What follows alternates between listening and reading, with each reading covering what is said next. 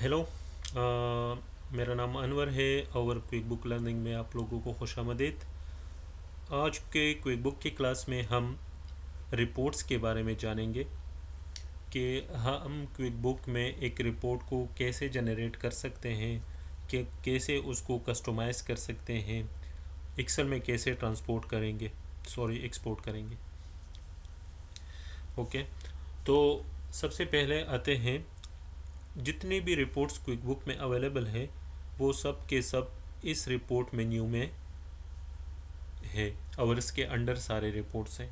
ठीक है, ये आप देख सकते हैं, रिपोर्ट सेंटर है। ठीक है, यहाँ पर आप रिपोर्ट्स में अगर कुछ चेंजेस करना चाहते हैं तो कर सकते हैं। अभी ये जाएगा, थोड़ा सा टाइम लेता है।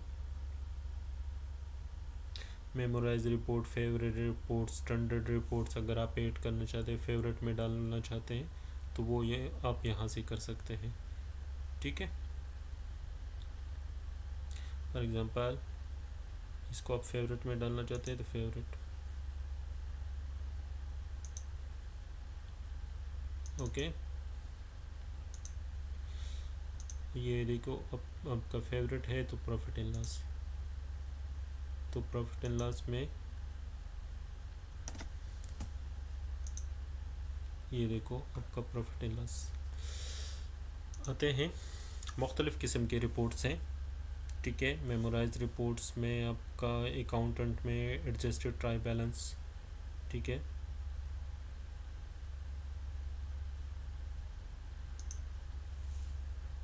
ट्राई बैलेंस है, ट्राई बैलेंस अगर 15 वाला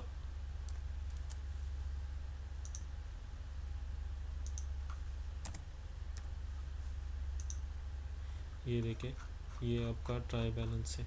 सही है, चूँकि मेरे ट्राई बैलेंस में हेड थोड़े ज़्यादा है, वो मेरे अपने रिपोर्टिंग पर्पज़ के लिए है, इसलिए इस पर आप लोग कंफ्यूज ना हो। ठीक है,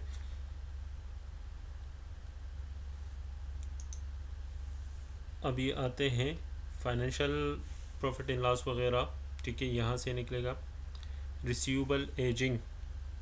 ठीक है, एजिंग आप एजिंग के लिए और रिसीवेबल के लिए customer balance detail, customer wise आपको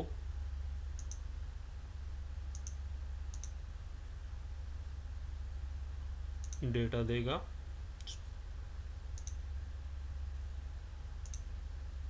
इसको मैं 2015 कर लेता हूँ।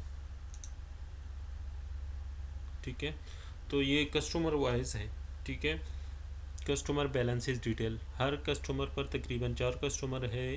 ठीक है, और ये उसके बैलेंसेस है।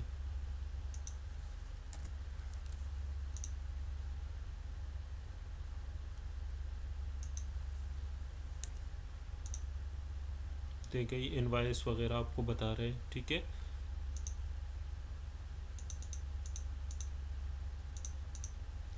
ये देखें, ये इनवाइस, इनवाइस का नंबर है, अकाउंट, और ये अमाउंट है, ये उसका बैलेंस है। ठीक है, अगला जो है ना, सेल्स बाय कस्टमर, आप देख सकते हैं, सेल बाय कस्टमर भी देख सकते हैं, कस्टमर समरी भी देख सकते हैं, आइटम समरी, आइटम डिटेल, वो आपके उस पर डिपेंड करते हैं। वेंडर पेबल, जिस तरह आप वेंडर देखना चाहते हैं, वेंडर वाइज समरी, ये देखो, वेंडर है, वेंडर का नाम है, डिलीवरी है, ये उसका डिलीवरी नंबर है, ये उसका अमाउंट है, ये उसका बैलेंस है। वेंडर वाइज हर एक वेंडर का अगर आपने कस्टमाइज़ करना है, ठीक है, कोई चीज़ आपने ऐड करना है, यहाँ से ऐड कर सकते हैं।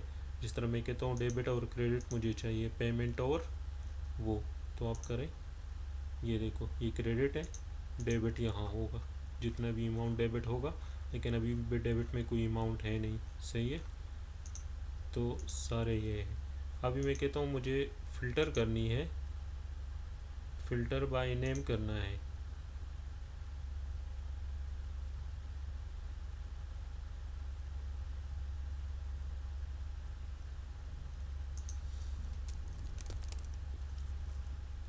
फ़िल्टर बाय नेम, हाँ ये नेम है, इसमें से आप सेलेक्ट कर सकते हैं एक ही बंदा, ठीक है। जिस तरह मैं कहता हूँ अलमज़रा, तो ये देखें, ये आप सिर्फ अलमज़रा का ही डेबिट क्रेडिट देख सकते हैं, ठीक है, अमाउंट, और अलमज़रा का, सिर्फ अलमज़रा का। अगर आपने फॉर एग्ज़ाम्पल वेंडर रिकन्सिलेशन करनी है एक बंदे का, तो वो यहाँ से आप निकालें, ये बिल नंबर इसमें होंगे, उसके साथ आप कर सकते हैं। अगर आपको एक्सेल में चाहिए, ये देखो ये एक्सेल का ऑप्शन है, इस पर क्लिक करें, ये क्रिएट न्यू एक्सेल एक्सपोर्ट, तो आपको एक्सेल में एक्सपोर्ट हो जाएगा आसानी के लिए।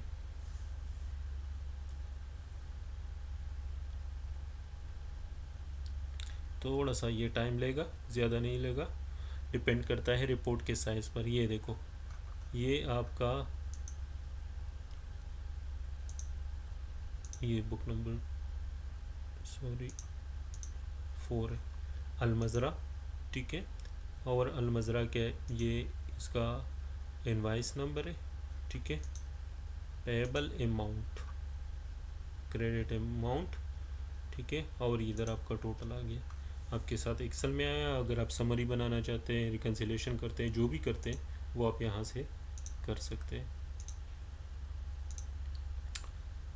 अगले रिपोर्ट पर आते हैं, परचेजेस बाय वेंडर डिटेल।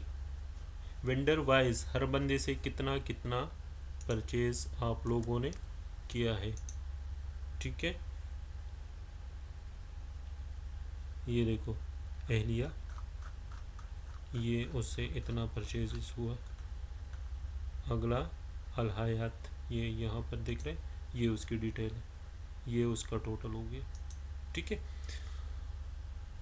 अगला रिपोर्ट इन्वेंट्री का है, आपको चाहिए inventory detail, item wise detail, कितना आइटम परचेज हुआ, कितना सेल हुआ, ठीक है। अब इसमें आपको सिर्फ परचेजेज या इशू हुआ इन्वेंट्री का, आपका इशू करते हैं, तो ये आप यहाँ से देख सकते हैं।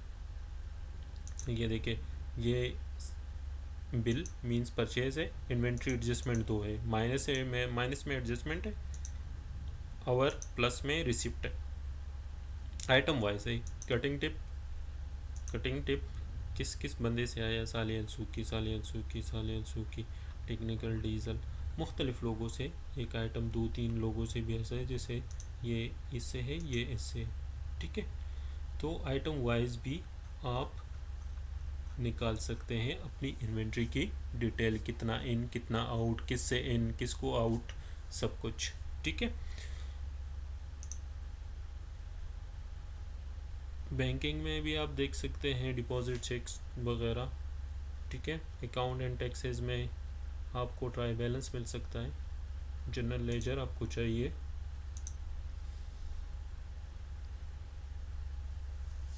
जनरल लेजर में थोड़ा सा ये वर्किंग करेगा, चूँकि डेटा ज़्यादा होगा, तो उसके लिए थोड़ा सा टाइम, ज़्यादा नहीं। ये जनरल लेजर आपको उसने निकाल लिया है ज़्यादा, उसमें चूँकि 2015-17 में हमारे कुछ ट्रांजैक्शन नहीं है।